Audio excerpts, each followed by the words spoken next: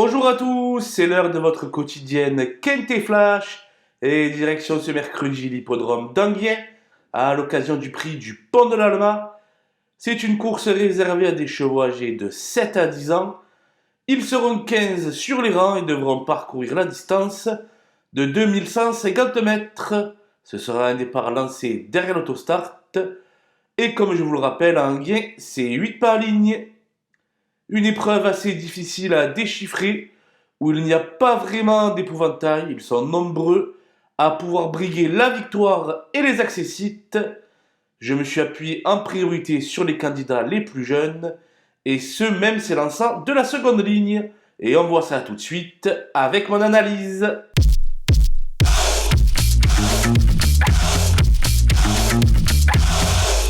Les bases avec le 15 Grindelwald qui vient de se montrer fautive dans un lot de meilleure qualité alors qu'elle n'était pas battue pour un bon classement. Régulière auparavant, elle mériterait amplement de remporter une épreuve de ce genre. En prenant les bonnes roues, je pense qu'elle peut y arriver dès ce mercredi. Le 11 Galangala a été déclaré non partant sur cette piste fin juillet. Il s'entend à merveille avec Eric Raffin avec qui il cumule les podiums et se montre à son aise sur le plateau de Soisy. Nul doute qu'il devrait bien tenir sa partie. Le 5 Galon de Vire vient de se classer par 2 fois 4e sur ce parcours. Il est bien connu à ce niveau et compte 2 victoires avec François Lagadec.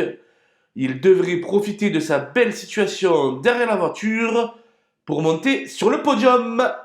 Les opposants avec le 6 Enduro qui a terminé dernièrement dans le sillage de Galon de Vire, très régulier depuis le début de l'été dépendant d'un entraînement habile, il a très certainement sa place à l'arrivée. Le 2 Fétiche Atout reste sur une excellente deuxième place à ce niveau à Cabourg, dans un très bon chrono, qui plus est. Johan Le Bourgeois sera de nouveau aux manettes et même s'il ne sera pas déféré des 4 cette fois-ci, il convient de le retenir en haut rang. Le 3 Extra du Château est un élément très véloce qui se plaît sur les tracés de ce genre. Dernièrement, il en a trop fait en tête et s'il peut bénéficier cette fois-ci d'un meilleur parcours, gare à lui. Le 10 Fortuna est titulaire de 2 succès en 4 tentatives depuis son arrivée dans les boxes de Gilles Curens. Elle retrouve donc une seconde jeunesse et Gabriele Gelormini l'a déjà menée 2 fois au succès. Elle peut encore une fois tirer son épingle du jeu. Mon coup de poker sera le 13 Dioui d'Ocagne, un sujet non dénué de moyens mais qui fait preuve de susceptibilité ces derniers temps, puisqu'il reste sur la bagatelle de 3 disqualifications. Il a évidemment la pointure d'un tel lot, mais avec lui, tout sera une question de sagesse. Les outsiders avec le 4 Gilmour, qui fait preuve d'une belle constance depuis de nombreux mois. Il a tiré un très bon numéro derrière la voiture et cela devrait lui permettre de poursuivre sa bonne série. Je n'ai rien de particulier contre lui, mais il fallait faire des choix. Il constituera donc mon principal regret.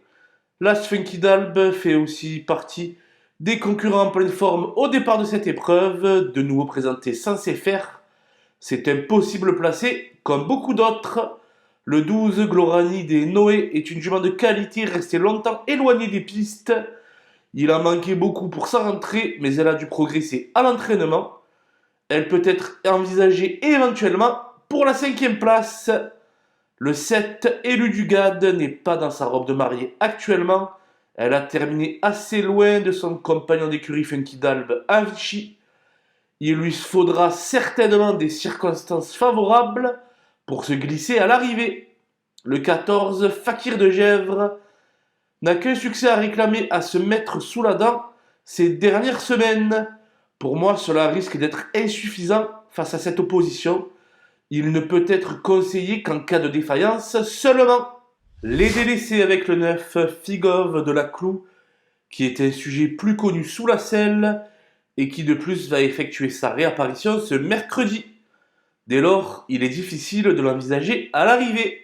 Enfin, le 8 Dino Volo n'a plus foulé une piste en compétition depuis le 2 octobre dernier. Avec le 8 derrière la voiture qui plus est, l'impasse me semble obligatoire. Voilà, nous avons passé en revue les 15 partants de ce prix du Pont de l'Alma. Je vous laisse avec ma sélection et mes conseils de jeu. Bon jeu à tous!